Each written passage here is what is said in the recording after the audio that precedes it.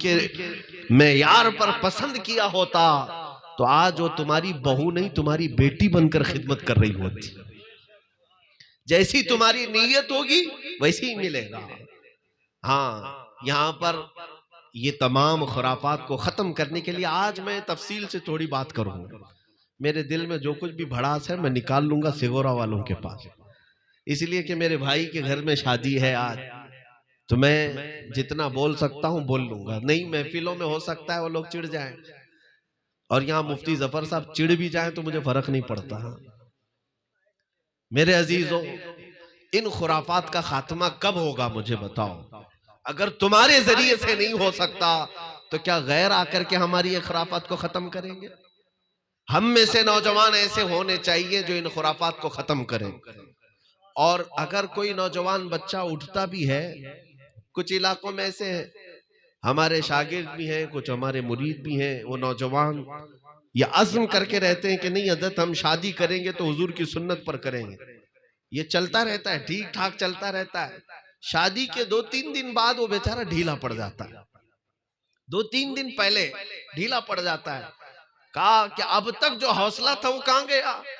कहा अम्मा बहुत जबरदस्ती कर रही है, नानी भी पीछे पड़ी है, बहनें भी पीछे पड़ी है, दादी भी पीछे पड़ी है। जिंदगी में एक बार शादी हो रही है, बार बार तो होती नहीं, यही एक जुमला है, बार बार। उसको यही कहा जाता है, एक बार शादी हो रही है, बार बार थोड़ी ना हो रही है।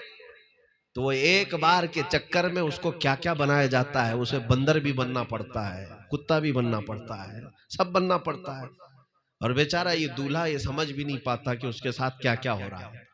अजीजा ने गिरामी, उन गैरों की रस्मों से बाहर निकल आओ। मैं कहता हूं वो छिछोरी हरकतें हैं। एक गयूर मर्द जिस तरह से निकाह करता है वो शान के साथ करता है। यहाँ तक कि हमारे हिंदुस्तान में जो खुराफात में आई है, सबसे बुरी चीजें दुल्हनों के घर पर खर्च का बोझ डाल देना। इतना बोझ डाल देना कि लोग आज बेटियों से परेशान हो जाएं। सारे अखराजात तो उनके ऊपर डाले गए ना। याद रखो, ए दूल्हे आज तू निकाह कर रहा है, जितना मांगना है मांग रहा है, कल तेरे घर में अल्लाह ने 4 बेटियां दे दी तो सामने वाला उससे डबल तुझसे हासिल करेगा। ये सिलसिलावार गुनाह है, ये चलता रहेगा। मैं आओ तुम्हें हुजूर की हदीस में एक सहाबी को बताता हूं निकाह कैसे होता है। गरीब सहाबी थे, हुजूर की बारगाह में आए, कहा या रसूल अल्लाह जवान हो गया हूं, शादी करना है लेकिन पैसा नहीं है और मुझे कौन बेटी देगा? हुजूर पाक सल्लल्लाहु अलैहि वसल्लम ने फरमाया मैं तेरा निकाह कराता हूं, लेकिन मेहर में देने के लिए एक चांदी की अंगूठी कम से कम ले आ जा। एक चांदी की अंगूठी बस, बाकी कुछ भी नहीं। मेहर तो देना है ना, शादी जितनी भी सादगी में हो जाए मेहर तो देना पड़ेगा। उस सहाबी ने कहा या रसूल अल्लाह मेरी इतनी ताकत नहीं कि एक चांदी की अंगूठी दे सकूं। हुजूर ने भेजा, कहा कि चांदी की नहीं दे सकता, लोहे की लेके आ जा। लोहे की अंगूठी देने की ताकत है तो वो लेके आ जा। दूसरे दिन वो सहाबी आए, कहा या रसूल अल्लाह मेरी उतनी भी हैसियत नहीं है, पूरे मदीने का गरीब आदमी हूं, एक लिबास में रहते हैं, लोहे की अंगूठी देने की भी ताकत नहीं थी। अब सुनो, क्या ऐसे नौजवान का निकाह ही नहीं होना चाहिए? क्या ऐसे गरीब को निकाह करने का हक ही नहीं है? हुजूर पाक सल्लल्लाहु तआला अलैहि वसल्लम ने अंसार सहाबा में से एक को बुलाया और कहा तुम्हारी बेटी है? कहा हाँ, मैं इस बंदे से तेरी बेटी का निकाह करता हूं। उस सहाबी ने कहा आमन्ना सद्दकना या रसूल अल्लाह, आप जो फरमाए आका कबूल है। अब उस नौजवान को बुलाया और कहा तुझे चांदी की अंगूठी देने की भी ताकत नहीं, तुझे लोहे की अंगूठी देने की भी ताकत नहीं, लेकिन क्या तुझे कुरान की कोई सूरह याद है? कुरान की सूरह याद है? उस सहाबी ने कहा या रसूल अल्लाह फला फला फला सूरह मुझे याद है। हुजूर ने फरमाया जा उनकी बेटी से मैं तेरा निकाह करता हूं और मेहर में क्या रखा, इतनी सूरतें कुरान की अपनी बीवी को याद करा दे, यही तेरा मेहर है। मियां ये भी निकाह है मदीने का, ये भी निकाह है मदीने का।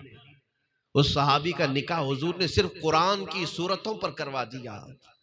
और इसीलिए हदीस में हुजूर ने फरमाया कि निकाह को इतना आसान बना दो कि जिना करना मुश्किल हो जाए। कितनी बड़ी हदीस है ये, आप जानते हैं? हुजूर का फरमान समझ रहे हो, निकाह को इतना आसान कर दो कि जिना करना मुश्किल हो जाए। लेकिन आपने क्या कर रखा है, आज जिना को आसान कर दिया है और निकाह को मुश्किल बना दिया है। क्या ऐसा नहीं है? नौजवान को जिना करने के लिए बहुत आसान रास्ते हैं आज। वो थोड़े खर्चे में कहीं पे भी जा करके अपनी जिस्मानी तस्कीन हासिल कर लेता है। लेकिन निकाह के लिए क्या क्या खुराफात बना कर रखे हैं।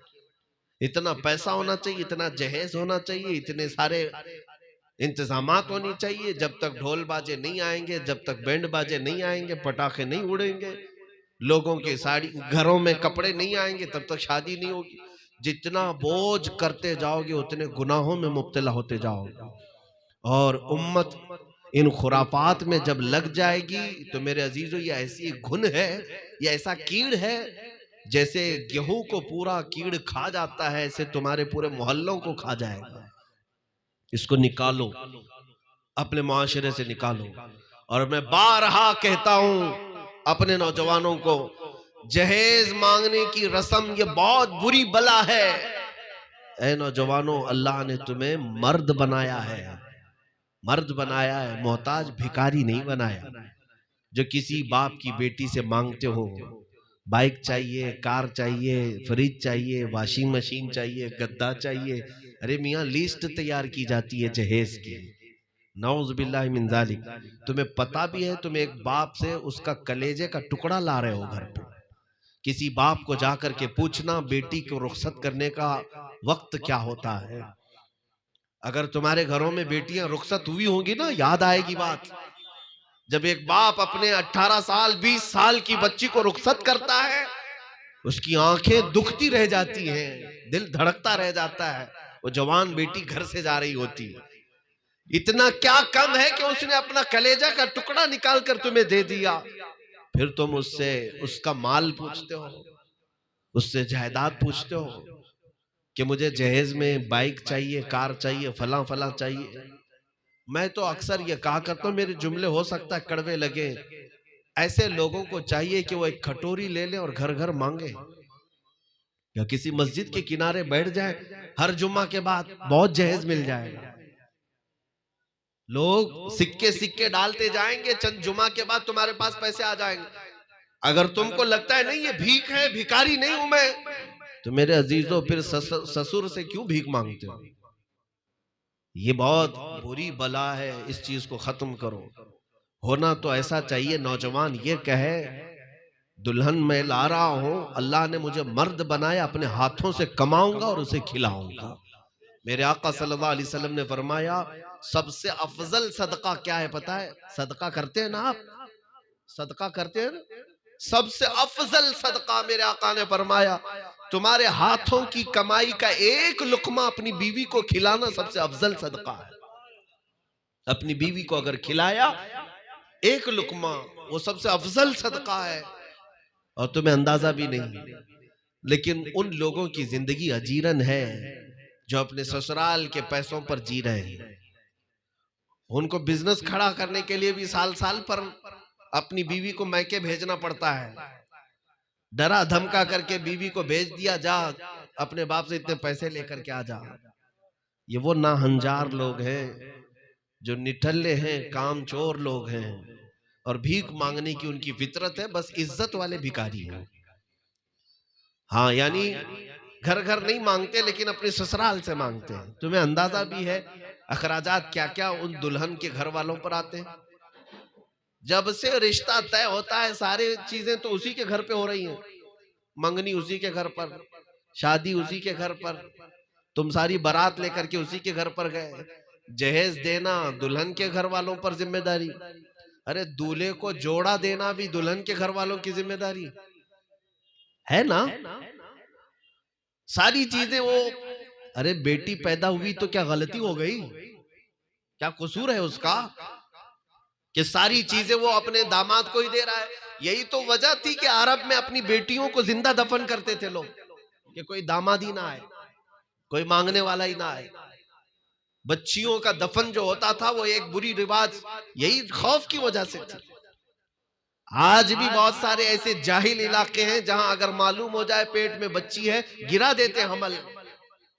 बेटी पैदा करने को वो मायूब समझते हैं। उसकी वजह क्या है? इन भिखारियों की वजह से जो जहेज मांगते हैं, और इन खुराफात की वजह से जो बेटी के बाप पर चढ़ा देते हैं। अरे बच्चा भी हो रहा है तो उसी के घर पर खर्चा, उसका 1.25 महीना हो रहा है तो उस पर ही खर्चा। हमने अपने साउथ में देखा है, कुछ इलाकों में, आंध्रा साइड में, अगर पहला बेटा हो गया तो दामाद को सोने की अंगूठी देना पड़ता है। ससुर जो है, सास ससुर या ससुराल की तरफ से दामाद को अंगूठी देना पड़ता है। क्यों? मियां तीर मार लिया ना, एक बेटा पैदा हो गया, तेरा क्या कमाल है इसमें? ये अल्लाह ने अता किया है। अल्लाह अगर चाहे तो 50 साल भी गुजर जाए, एक चूंटी भी तुझे नहीं पैदा होगी। रब तबारक व तआला अगर ना चाहे, और अल्लाह की अता से अगर बेटा हुआ तो इस पर भी ससुर से सोने की अंगूठी मांग रहा है। ये अजब तरीके की भीख है। इन रिवायात को खत्म करें। पाकीज़ा निकाह वो है जो रसूलुल्लाह की रजा के मुताबिक हो। आओ मैं तुम्हें एक निकाह वो भी बता दूं। अल्लाह अकबर। सुनोगे आप? सुनेंगे आप? और जाहिर सी बात है दिल थाम करके सुनना। इसमें नौजवान ज्यादा होंगे, सुन करके कानों से उड़ा मत देना, अमल करने की कोशिश भी करना, और अल्लाह की बारगाह में आज़म करना कि मौला तेरी तौफीक हुई तो मैं भी अपनी जिंदगी में इस तरह अमल करूंगा। एक सहाबी आए हुजूर की बारगाह में, रसूल करीम सल्लल्लाहु ताला अलैहि वसल्लम से अर्ज किया कि या रसूल अल्लाह, मैं काला हूं। हजरत अब्दुल्ला अस्वद, उनको अस्वद कहते थे, मदीने में काले थे, बहुत काले थे, कोई बेटी देने वाला नहीं था, गरीब भी थे। हुजूर अकरम सल्लल्लाहु ताला अलैहि वसल्लम ने उनसे कहा कि तेरा निकाह मैं करवाता हूं। एक अंसार सहाबी थे, अम्र बिन वहब सकफी, उनकी बेटी मदीने की सबसे खूबसूरत लड़की थी, सबसे खूबसूरत लड़की, और हुजूर ने अपने इस सहाबी को उस घर भेज दिया, जा अम्र बिन वहब के घर जा, कि उनकी बेटी तेरे निकाह में देने के लिए मैंने कहा है, ये बात कह दे। ये हजरत अब्दुल्ला गए, किसके घर? अम्र बिन वहब के घर गए। शोहर बीवी बाहर बैठे हुए थे, बात कर रहे थे, वो भी सहाबी हैं, और ये अब्दुल्ला अस्वद आए, कहा कि मुझे अल्लाह के रसूल ने भेजा है। वो खड़े हो गए, कहा कि क्या बात है? कहा हुजूर ने फरमाया आपके घर में जवान बेटी है, आप अपनी बेटी का निकाह मेरे साथ कर दें। अब वो सहाबी ऊपर से नीचे देखने लग गए, निहायत काला नौजवान है, मेरी बेटी मदीने की सबसे हसीन। उस सहाबी ने ऊपर से नीचे देखा, पूछा क्या करते हो, बातें की, उसके बाद फिर ये कहा कि आप वापस जाएं, मैं अपनी बेटी से पूछ लेता हूं और फिर हुजूर की बारगाह में आकर मैं खुद ही जवाब दे दूंगा। हजरत अब्दुल्ला कहते हैं, मैं वापस पलटा, मेरे लिए ताज्जुब की बात नहीं, रोज रिजेक्ट होता था, कहीं पर भी जाओ तो लोग रिजेक्ट कर देते थे, मेरे लिए ताज्जुब की बात नहीं। मैं वापस जा रहा था मस्जिद नबवी, वो चले आए, लेकिन मैं आपको बताऊं, उस घर में जो नौजवान बेटी थी वो घर के अंदर से ही सुन रही थी।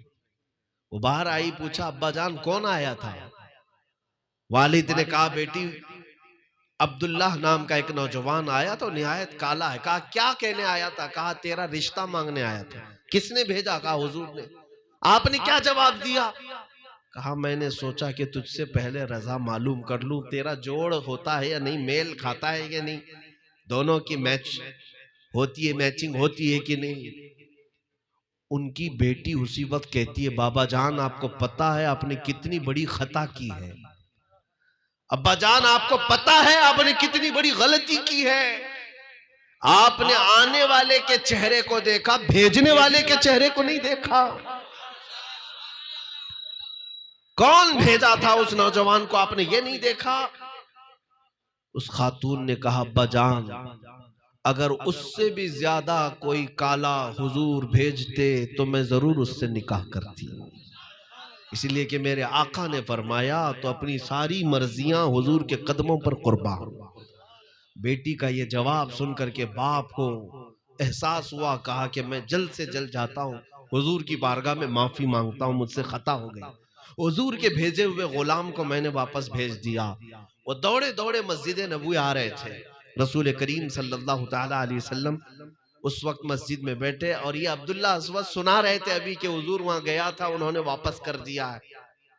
ये अभी सुना रहे थे, पीछे ही वो लड़की के बाप भी दौड़ते दौड़ते आए, कहा या रसूल अल्लाह माफ कर दे, मुझे माफ कर दे, मुझसे ताखीर हो गई, मुझसे खता हो गई। मैं अपनी बेटी को पूछने के लिए थोड़ा वक्त चाहा था, मुझे रिजेक्ट करना या वापस करना ऐसा इरादा नहीं था। नबी पाक सल्लल्लाहु ताला अलैहि वसल्लम ने उन्हें माफ किया और उसी मस्जिद में उनका निकाह हुआ। लेकिन सुनिए, हजरत अब्दुल्ला को हुजूर ने खुद अपनी तरफ से पैसे दिए, कहा जा शादी का सामान खरीद ला, आज तेरा निकाह है, अपनी दुल्हन को ले जाएगा, फलां घर में रखेगा, कुछ खरीद करके आ सामान। हांडी पतेलियां तो जरूरत पड़ती है ना, घर गृहस्थी के लिए सामान। हुजूर ने अपनी जानिब से उन्हें पैसे दिए कि जा सामान खरीद ला। अब्दुल्ला गए, बाजार में सामान खरीद रहे थे। ये वो वक्त था जब अचानक मुशरिकीन मक्का मदीने पर हमला कर रहे थे। अल्लाह के नबी सल्लल्लाहु ताला अलैहि वसल्लम की तरफ से अचानक ऐलान हुआ मदीने की गलियों में, ऐ मुसलमानों, रसूल पाक सल्लल्लाहु ताला अलैहि वसल्लम मदीने से निकल पड़े हैं जिहाद के लिए, इसलिए कि दुश्मनों ने मदीने पर हमला किया है। इतना सुनना था, वो अब्दुल्ला जो अपने शादी के सामान खरीद रहे थे, जंग के सामान खरीदने लग गए। जंग के सामान, उनको जो जो जरूरत थी, तलवार, नेजा, भाला, हथियार, वो खरीदने लग गए। घोड़ा भी खरीद लिया। इतने पैसे उनके पास थे जो हुजूर ने दिए थे। यहां तक के जिंदगी में कभी उन्होंने वो लोहे की जीरा नहीं पहनी थी, टोपी नहीं पहनी थी, वो भी खरीद लिया। पूरे पैसे खर्चा कर दिए, 1 रुपया भी बचाया नहीं। शादी का सामान खरीदने गए थे, लेकिन हुजूर का ऐलान क्या हुआ, सब कुछ जंग का सामान खरीद लिया। फिर वक्त आया कि सारी चीजें लिबास मलबूस में होकर वो मैदान जंग में आ गए और लड़ते रहे, इतना लड़ते रहे। हुजूर पाक सल्लल्लाहु ताला अलैहि वसल्लम ने देखा, अपने सहाबा से पूछा, इसको जानते हो, ये नया पहलवान कौन है? सहाबा ने देखा गौर से और कहा कि कोई नया आदमी लगता है, मदीने का तो नहीं है, क्योंकि आज तक सहाबा ने उनको कभी इतना पहना हुआ नहीं देखा, कभी घोड़े पे बैठा नहीं देखा, कभी तलवार उनके पास थी नहीं, इतनी गुर्बत थी। आज तलवार भी लहरा रहे हैं, ढाल भी हाथ में है, ऐसा कौन बहादुर आया है? हुजूर पाक ने मुस्कुरा करके अपने सहाबा से कहा, वो मेरा अब्दुल्ला है, मैं उसकी कहनियों के कालेपन से पहचान रहा हूं कि वो अब्दुल्ला है। मैंने आज उसे शादी का सामान खरीदने के लिए पैसे दिए, लेकिन इसने पूरे जंग के सामान खरीद लिए और आ गया है। ऐन दोपहर के वक्त जख्मों को इतने उनके ऊपर आए, जख्मों को खाते हुए जामे शहादत नोश कर गए, उसी मैदान में शहीद हो गए। मेरे अजीजों, उनका जिस्म पाक मैदान में रहा। शाम के वक्त हुजूर पाक सल्लल्लाहु ताला अलैहि वसल्लम खुद चल करके आए और जब सब लाशों को जमा किया जा रहा था, हुजूर अब्दुल्लाह की लाश के करीब बैठ गए और अपनी गोदियों को बिछाकर अब्दुल्लाह के सर से वो ज़िरा हटाई, टोपी हटाई और उनका सर लेकर अपनी गोद में रख लिया और उनके चेहरे पर, उनकी दाढ़ी पर जो कुछ भी मट्टी और गर्द और गुबार लगी थी, मेरे आका ने अपने हाथों से साफ किया। जो खून लगा था वो हुजूर पाक ने अपने हाथों से पोंछा और फिर कुरान की आयत पढ़ने लगे कि ये वो लोग हैं जिन्होंने अल्लाह से किया हुआ वादा पूरा कर लिया। मेरे अजीजों, बताओ इससे बेहतरीन दूल्हा कौन हो सकता है, जो हुजूर की गोदी में अपना सर रखकर दुनिया का आखिरी सफर कर रहा हो, ख्वाहिशात को कुर्बान कर दिया। मेरे अजीजों, इस पूरे हदीस में दोनों जगह देखें, ना अब्दुल्ला अस्वद के दिल में ये तमन्नाएं थी कि शादी हो तो दुल्हन को लेकर के मैं वहां जाऊंगा, यहां जाऊंगा, नहीं, हुजूर की रजा सबसे पहले है। और ना ही उनकी दुल्हन के अंदर ये ख्वाहिशात थी कि मेरा दूल्हा होगा तो ऐसा टॉप का होगा, ऐसे कपड़े पहनता होगा, नहीं, दुल्हन के अंदर भी यही ख्वाहिश थी कि जो होगा वो रसूल की मर्जी से होगा। ऐ नौजवानों, निकाह करो तो हुजूर की ख्वाहिशात पर कुर्बान करो अपनी ख्वाहिशात को, नबी पाक की रजा पर अपनी ख्वाहिशें कुर्बान करो, फिर अल्लाह देखो कितनी इज्जत अता फरमाएगा, कितनी इज्जत अता फरमाएगा। मेरे घर में अल्हम्दुलिल्लाह मेरे वालिद गिरामी बड़े आलिम दीन थे, हुजूर हाफिज मिल्लत के शागिर्द। एक दो नहीं दसियों शादियां हुई, लेकिन किसी शादी में अल्हम्दुलिल्लाह कभी कोई खुराफात नहीं होने दी। लेकिन हमारा मामूल ये था कि जो दूल्हा हो उसकी शादी से पहले महफिल मौलूद घर में जरूर रखी जाती, खत्म कादरिया शरीफ जरूर होता। और हमने ये तय किया खास तौर पर अपने उन नौजवानों से कि निकाह से पहले हमारा बच्चा एक बार मुकम्मल खत्म कुरान करेगा। और निकाह के बाद दुल्हनों को हम ये कहते हैं, अगर अल्लाह ने तुम्हें हमल दे दिया तो 9 महीने तक एक कुरान, 3 कुरान, 5 कुरान जितने हो सकते हैं खत्म करो, फिर देखो तुम्हारा बेटा कैसा पैदा होगा। अजीजा ने गिरामी, जिंदगियों को इन खुराफात से, ये टीवी सीरियल मूवी और फिल्मों से निकाल करके आओ, हुजूर के दरबार में आओ, गुंबद खजरा की छांव में आओ। अब मैं चंद बातें नसीहत के लिए ये भी कह दूं, शादी हो जाती है, शादी को खुराफात से बचाना हम सब की जिम्मेदारी है, बचाएंगे ना इंशाअल्लाह। मैं मौलाना से भी कहता हूं, मैं अभी बांदा कल था, एक जलसे में था, वहां के उलमा भी मुलाकात की, मुझे एक बात बड़ी पसंद आई। इलाके के सारे उलमा ने इस बात पर इत्तेफाक कर लिया है कि जिसके घर में भी डीजे बैंड बाजे आएंगे उसका निकाह हमारे इलाके का कोई आलिम नहीं पढ़ाएगा। उलमा ने ऐलान कर दिया कि हम ऐसी शादियों में न जाएंगे न निकाह पढ़ाएंगे। अल्हम्दुलिल्लाह सुनने को ये मिला पिछले 1 साल से सारी खुराफात बंद है। उलमा चाहें तो इन खुराफात को भी रोकें। ऐसे निकाहों में नहीं जाएंगे हम जहां शैतान की तरह नाचते रहते हो, फिर उलमा को बुला करके क्या जरूरत है। और सारी खुराफात तुम्हें अगर गैरों की तरह से ही करना है तो उन्हीं को बुला करके अपने निकाह भी कर लेते। लेकिन तुम्हें पता है कि निकाह के लिए एक आलिम होता ही है, खुतबा रसूलुल्लाह का वो आलिम ही पढ़ता है। इसलिए मेरे अजीजों, दीन इस्लाम के तरीके पर आप अपने निकाहों को करें। जो बातें हैं शादी के बाद की वो चंद नसीहतें। ऐ नौजवानों, हमेशा अपने गुस्से को अपनी अकल पर गालिब आने न देना। निकाह के बाद सबसे पहली जिम्मेदारी तुम्हारी ये है कि तुम जिस बीवी को अपने घर ला रहे हो वो फरिश्ता नहीं है, वो जन्नत की हूर नहीं है, वो इंसान ही है। और उसकी कई गलतियां हो सकती हैं, कई खताएं वो करेगी, लेकिन तुम्हें होता क्या है, हर इंसान को ये देखने का रहता है कि मेरी बीवी सबसे अच्छी होनी चाहिए, सबसे अच्छी होनी चाहिए। और उस सबसे अच्छे वाली कैटेगरी में ढूंढते ढूंढते हमेशा उसे ताने मारता रहता है कि तेरी ऐसी है ऐसी है। हुजूर ने फरमाया वो टेढ़ी पसली से पैदा की गई है, उसके अंदर कुछ न कुछ कजी रहेगी, कुछ न कुछ गलतियां होंगी, उसके टेढ़ेपन से ही तुम बहुत फायदा उठा सकते हो। लिहाजा अपने गुस्से को अकल पर गालिब आने ना देना। बहुत सारे नौजवान कहते हैं, दारुल इफ्ता जिसका भी होगा, जो भी मुफ्ती साहब होंगे उनको पता है, सबसे ज्यादा सवालात हमारे पास किसके आते हैं मालूम? तलाक के।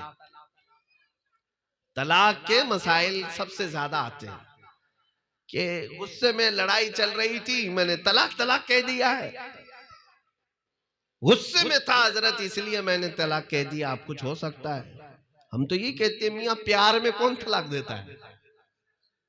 कोई बुलाता है बीवी को, तू बहुत प्यारी है, ले ले एक तलाक? ऐसा तो नहीं, गुस्से में ही तो तुम्हारा इम्तिहान है। और गुस्से के आलम में अगर तुम्हारी जुबान कंट्रोल में नहीं है तो तुम पहलवान भी नहीं हो। हजरत अली रज़ियल्लाहु ताला अन्हु ने फरमाया, किसी पहलवान को देखना है तो उसे गुस्से की हालत में देखो कि जुबान पर कितना कंट्रोल होता है। हाँ, औरत की जुबान कैंची है, वो चलती रहेगी, तुम उसे रोक नहीं सकोगे। लेकिन तुम मर्द हो, तुम अपनी जुबान पर काबू में रखो। औरतों का हाल यही है कि बहुत सारी औरतें अगर सुनती हैं तो ये झगड़े हो जाए तो झगड़े शुरू होते हैं। इधर दूल्हा धमकी देता है, देख खामोश बैठ नहीं तो तलाक दूंगा। उसे खामोश बैठने की आदत ही नहीं है, वो कहती है दे करके दिखा, मैं भी देखती हूँ। डिमांड करती है, अगर हिम्मत है तो दे करके दिखा। मियाँ उसकी गैरत को और उभार रही है और उसने गैरत में आकर के दे दिया तो अब रोते हुए घर आती है, हमारे शोहर ने हमें ऐसा कह दिया, छोड़ दिया, क्या किया जाए। तुमने गैरत को क्यों उभारा उसके? इन लड़ाइयों में शैतान दोनों के बीच में रहता है। कुरान पाक में है कि ये जादू करने वालों का भी सबसे बेहतर पसंदीदा मशगला शोहर बीवी के दरमियान जुदाई करना, और शैतान का भी महबूब मशगला, उसका पसंदीदा काम शोहर और बीवी को जुदा करना। ये काम शैतान करता है। इसलिए ए नौजवानों, निकाह के बाद, शादी के बाद जब भी गुस्सा आए, इलाज सुन लेना, कसरत से औज़ु बिल्लाहि मिनश शैतानिर रजीम पढ़ना शुरू कर दो। बैठे हो तो खड़े हो जाओ, खड़े हो तो बैठ जाओ, या ये दोनों के बाद भी गुस्सा ठंडा नहीं होता तो महफिल से बाहर चले जाओ। ये करके देख लो, इंशाअल्लाह जिंदगी खैर और आफियत के साथ गुजरेगी। खैर और शैतान ये चाहता है कि इसको मुंह तोड़ जवाब दे के जाऊंगा, खड़ा रहूंगा, नहीं तो मुंह तोड़ जवाब नहीं दे पाओगे। मेरे अजीजों, एक मैंने किताब में पढ़ा था, एक हकीम साहब ने इलाज जो किया है। टाइम है, आप सुन रहे हैं? टाइम तो बहुत हो गया, दूल्हे के भी 12 बज रहे हैं, अभी 15 मिनट बाकी है। हाँ, एक हकीम साहब के पास ये एक शोहर शिकायत लेकर के आया कि मेरी बीवी इतनी कतर कतर कतर बोलती रहती है, इतने झगड़े होते हैं, क्या करूं, समझ में नहीं आता। रोज झगड़े होते हैं, मैं थक करके जाता हूं, छोटी छोटी सी बात पर, कभी नमक पे, कभी चटनी पे, और कभी चम्मच पे, कभी बर्तन पे, इसी पे झगड़े शुरू हो जाते हैं और लंबे हो जाते हैं, रात तक चलते रहते हैं और हाथापाई भी हो जाती है। क्या करें मेरे अजीजों, कई लोगों की जिंदगियां ऐसी गुजर रही होती हैं, आधी जहन्नम उनकी यहीं बन जाती है। हाँ, सुकून गारत है। अगर इस तरह नफरत के साथ जीते रहे ना, तो किसी और दुश्मन की जरूरत ही नहीं है। तुम्हारा घर ही पूरा एक बर्बाद खाना बन जाएगा। तवज्जो चाहता हूं। उस शख्स से हकीम साहब ने पूछा कि क्या क्या बातों पे होते, फलां फलां, अब इलाज क्या है? हकीम साहब ने कहा, एक इलाज है, मैं एक गोली बनाता हूं, एक गोली बनाता हूं, 40 दिन का है कोर्स, इतने पैसे लगेंगे, तुम वो गोली खरीदोगे? कहा जितने पैसे लगेंगे ले लो, मेरी औरत को चुप कराओ, ये हमारे झगड़े जो है वो खत्म होने लग जाए। हकीम साहब ने कुछ पैसे ले लिए और उसके बाद गोली बनाई, 40 दिन का कोर्स। लेकिन उन्होंने कहा कि जैसी रात को घर पे जाते हो, ये गोली मुंह में रखना, निगलना नहीं 1 घंटे तक। बीवी जितना भी बोलती रहे सुन लेना, मुंह में तुम्हारे गोली रहना चाहिए, इसका असर तुम पर भी होगा, बीवी पे भी होगा। उसने कहा ठीक है। गोली हकीम साहब ने दी और ये लेकर के गया और मुंह में रख लिया। 1 घंटे तक बात नहीं करना है। जाते साथ शुरू हो गई, इतनी देर कहां थे, टाइम पे घर पे आने का मालूम नहीं होता, भला है भला है। इसने कुछ भी नहीं कहा, इशारा कर। उसको और गुस्सा आया कि मैं इतना बोल रही हूं, बोलते क्यों नहीं हो? रोज की आदत है ना लड़ाई की, बोल ही नहीं रहा है, कुछ बोल ही नहीं रहा है। 1 घंटे तक वो बड़ा बर्दाश्त किया, उसके बाद बोला नहीं। गोली खत्म हो गई, तब तक तो वो भी चुप हो गई थी 1 घंटे में। कहा अब क्या जवाब दूं, सो गए रात को। दूसरे दिन फिर रात को गोली रख कर के आए। आज के बाद फिर वो बोलने लगी, और बोलने लगी, जवाब नहीं आया तो उसे अजीब सा लग रहा है कि आखिर कल भी नहीं बोला, आज भी नहीं बोला, क्या बात है, कुछ हुआ तो नहीं इसको? वो जितना सुनाना था सुनाती रही, 1 घंटा, आज भी कुछ भी जवाब नहीं दिया। गोली थी ना मुंह में गोली थी, इसके लिए कुछ भी नहीं बोला। और उसके बाद दूसरे दिन भी 1 घंटे के बाद वो सो गई, ये भी सो गया। तीसरे दिन फिर गोली रख करके आया तो अब औरत को कुछ लगा कि मेरा शोहर बीमार है, झगड़ा हो ही नहीं रहा है, कुछ बोल भी नहीं रहा है। और उसके बाद आई, सर के पास खड़े होकर सर दबाने लगी, अरे बोलो तो क्या तकलीफ है, तबीयत खराब है, 2 दिन से चुप चुप हो गए हो, घर कैसा वीरान लग रहा है, कुछ तो बोलो, इतने खामोश क्यों हो गए हो? वो इशारा करता रहा, गोली है मुंह में। गोली है मुंह में, बड़ी मजबूती के साथ गोली रखा। चौथे दिन तो औरत बहुत बेकाबू हुई, पैरों में बैठ गई, रोने लगी। कहा मेरे रफीक हयात, मेरे सरताज, बात तो करो। नहीं झगड़ा करूंगी, खुशी से तो बोलो। और उसके बाद सर भी दबाए, पैर भी दबाए, खुशियों से उसे चाय भी परोसे। 4 दिन के बाद घर मामूल पे आया। 40 दिन का कोर्स है अभी, 4 दिन पे ही असर हो गया। उसके बाद उसने 5वें दिन हकीम साहब से जाकर के कहा मैं डबल पैसे दूंगा। आपने जो गोली दी है बहुत असर कर गई। 40 दिन का 4 दिन में असर कर गई। अरे नुस्खा तो बताइए हकीम साहब, क्या माजून मिलाया था? हकीम साहब ने कहा कुछ भी नहीं, मैदे के आटे की गोली थी। कुछ भी नहीं था, मैदा था उसमें और शक्कर घोल के मैंने दे दिया था। काम हमें सिर्फ इतना करना था कि तेरी जुबान खामोश करना था। कोई एक खामोश होता तो ये जंग खत्म होगी, वरना इंडिया पाकिस्तान चलता रहेगा। मेरे अजीजों, ये लतीफा नहीं है, ये जिंदगी है, हकीकत है। हम उन्हें तो नहीं समझा पाएंगे। उन औरतों में से इल्ला माशाल्लाह चंद होंगी जो हमारी बातों पर अमल करेंगी, अक्सर तो मानती नहीं। लेकिन तुम तो मर्द हो, खामोशी इख्तियार कर लिया करो। जिंदगी को बर्बाद होने से तुम बचा सकते हो, स्पॉइल होने से बचा सकते हो। तुम्हें अंदाजा भी नहीं है, शादीशुदा जोड़े हैं, 1 बच्चा हो गया, 2 बच्चे हो गए, इनके झगड़े इतने बढ़ गए कि बच्चों पर उसका इफेक्ट होने लगा। तलाक की नौबत आई तो बचाओ, ये बच्चा किधर जाएगा? पूरी जिंदगी उसकी बर्बाद होती है बच्चों की। कभी बाप की तरफ खींचा जाता है, कभी माँ की तरफ खींचा जाता है। इसी में उसकी जवानी हो जाती है। उसके अंदर क्या फीलिंग होती है? उस बच्चे का जो पूरी जिंदगी भर का सुकून गारत किया, ये तुम्हारे झगड़ों ने गारत किया। इसलिए हमेशा ये सोचो कि खाली सिर्फ जुबान चलाने से सुकून नहीं मिलता। कभी कभार किसी को बर्दाश्त कर लेना, इस पर भी अल्लाह ने बहुत बड़ा अजर रखा है, बहुत बड़ा अजर रखा है। अब मैं अपनी गुफ्तगू को समेटता हूँ। नबी पाक सल्लल्लाहु ताला अलैहि वसल्लम की एक हदीस पर। जानते हैं हुजूर पाक सल्लल्लाहु ताला अलैहि वसल्लम ने फरमाया, उससे पहले मैं कुरान की एक आयत सुना दूं। कुरान में अल्लाह ने फरमाया, हुन्ना लिबासुल लकुम व अंतुम लिबासुल लहुन। औरतें तुम्हारा लिबास हैं और तुम मर्दों का लिबास हो। औरतें तुम्हारा लिबास हैं और तुम औरतों का लिबास हो। लिबास का मतलब क्या है? ये लिबास क्यों पहना जाता है? ठंडी गर्मी से बचने के लिए, अपना सतर छुपाने के लिए, है ना? लिबास तो इसीलिए पहना जाता है। और कुरान में अल्लाह फरमा रहा है कि औरतें तुम्हारा लिबास और तुम औरतों का लिबास। मतलब क्या है? औरतों का तुम ऐसा लिबास बन जाओ कि अगर एक खराबी भी देखो तो किसी को बयान न करो। उसकी सतर पोशी तुम्हारी जिम्मे है। औरत के जिम्मे यह है कि मर्द के अंदर एक खराबी भी देखे तो उसको छुपा दे, जैसे कपड़ों से छुपाया जाता है, क्योंकि औरत मर्द का लिबास है।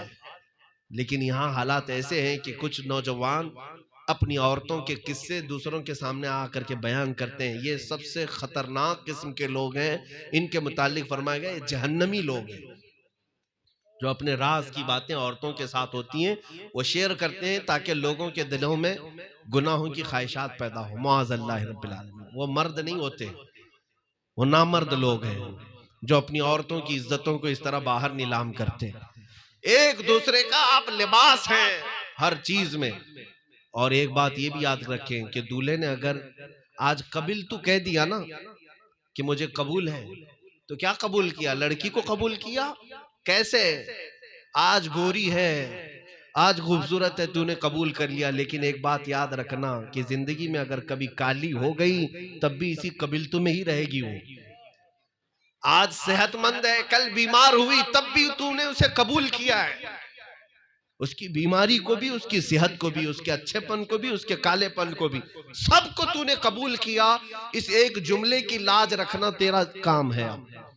जो बात मैं कह रहा था वो ये है, रसूल पाक सल्लल्लाहु ताला अलैहि वसल्लम ने इरशाद फरमाया, हुजूर की जिंदगी को पढ़ लेना। हजरत खदीजतुल कुबरा जो हुजूर की रफीक हयात है, जिनके साथ मेरे आका ने 15 साल बिताए हैं। नबी पाक सल्लल्लाहु ताला अलैहि वसल्लम 25 साल बिताए हुजूर अकरम सल्लल्लाहु ताला अलैहि वसल्लम ने। और वो माँ खदीजतुल कुबरा हुजूर का कितना ख्याल रखती थी जानते? हुजूर जब गारे हिरा से उतर रहे होते, 3000 फीट ऊंचा है पहाड़। कभी दोपहर के वक्त उतर रहे होते हुजूर तो हजरत खदीजा अपने घर के बाहर आंगन में खड़ी होती थी। लोग कहते कि खदीजा अभी तेरे शोहर को आने में बहुत टाइम है, तब तक छांव में खड़ी हो जा। वो कहती हैं कि मुझे ये ज़ेब नहीं देता कि मेरे शोहर धूप में उतर रहे और मैं छांव में खड़ी रहूं, ताकि मैं उस धूप को बराबर की शरीक हो जाऊं। अपने शोहर का दर्द हजरत खदीजा ने हर चीज में शेयर किया है। यहां तक कि जब हजरत खदीजा का इंतकाल हो गया, हुजूर को इतना गम था कि वो पूरे साल का नाम आमुल हज़्न रखा गया। गमों का साल है, गमों का साल। हजरत बीबी फातिमा छोटी थी उस वक्त जब हजरत खदीजा का इंतकाल हुआ। रसूल पाक सल्लल्लाहु अलैहि वसल्लम ने एक दिन अपनी बेटी हजरत फातिमा को बुलाया और कहा, फातिमा तेरी माँ आखिरी वक्त में कुछ कहती थी मेरे बारे में। फातिमा तेरी माँ खदीजा मेरे बारे में कुछ कहती थी। हजरत फातिमा ने कहा, हाँ या रसूल अल्लाह, मेरे अब्बा जान, मेरी अम्मा ने इंतकाल से एक दिन पहले मुझे बुलाया और कहा, फातिमा फलां संदूक में तेरे अब्बा जान का एक जुब्बा रखा हुआ है, मैं मर जाऊं तो मेरे कफन में तेरे बाप का जुब्बा मेरे साथ कब्र में रख देना, हुजूर का जुब्बा मेरे साथ रख देना। यह हजरत फातिमा ने कहा, अम्मा की ये ख्वाहिश थी, मेरी माँ की ये ख्वाहिश थी कि आपका जुब्बा कब्र में लेकर के जाएं। हुजूर की आंखों में आंसू आ गए। मेरे आका ने क्या फरमाया जानते हैं? फातिमा तेरी माँ खदीजा, मेरी बीवी खदीजा, उसने जुब्बा ही मांगा, कसम रब्बुल जलाल की, अगर खदीजा मेरे जिस्म की चमड़ी भी मांगती तो मैं उतार के दे देता। अपनी बीवी से इस कदर मोहब्बत फरमाते मेरे आका सल्लल्लाहु अलैहि वसल्लम। मेरे अजीजों, ये जिंदगी है, अल्लाह करे कि आपकी जिंदगियां खुशहाल गुजरे। और ये एक बात ये भी बता दूं, ये जो शोहर और बीवी का रिश्ता है, ये जन्नती रिश्ता है। सारे रिश्ते हमारे दुनिया में आके बने हैं, माँ बाप भाई बहन सबका रिश्ता कहाँ बना है? दुनिया में। लेकिन शोहर और बीवी का रिश्ता जन्नत में बन गया था, हजरत आदम और हजरत हव्वा का पहला निकाह जन्नत में हो गया है। और दूल्हे को आज आखिरी ये नसीहत कर जाता हूँ, नीयत साफ रखना। और आज रात होने से पहले, वो से तो इनका निकाह यानी निकाह की रुखसती कल होने वाली है, अपनी दुल्हन को कल लाएंगे। जन्नत में जब हजरत आदम का निकाह हुआ तो उन्होंने अपनी बीवी हजरत हव्वा को छूना चाहा, अल्लाह ने फरमाया तेरे लिए हलाल नहीं जब तक तुम महर ना दे दे, महर अदा करो। तो हजरत आदम ने पूछा, मौला मैं यहाँ जन्नत में क्या महर दूं, मेरे पास क्या चीज है? रब ताला ने फरमाया, ए आदम तेरी औलाद में आखिर जमाने में मेरा एक हबीब नबी पैदा होगा, एक महबूब नबी पैदा होगा, जिसको जमीनों में मोहम्मद, आसमानों में अहमद कहा जाएगा। ए आदम तुम उस महबूब नबी पर 20 बार दुरूद भेजो, ये हव्वा का महर हो जाएगा।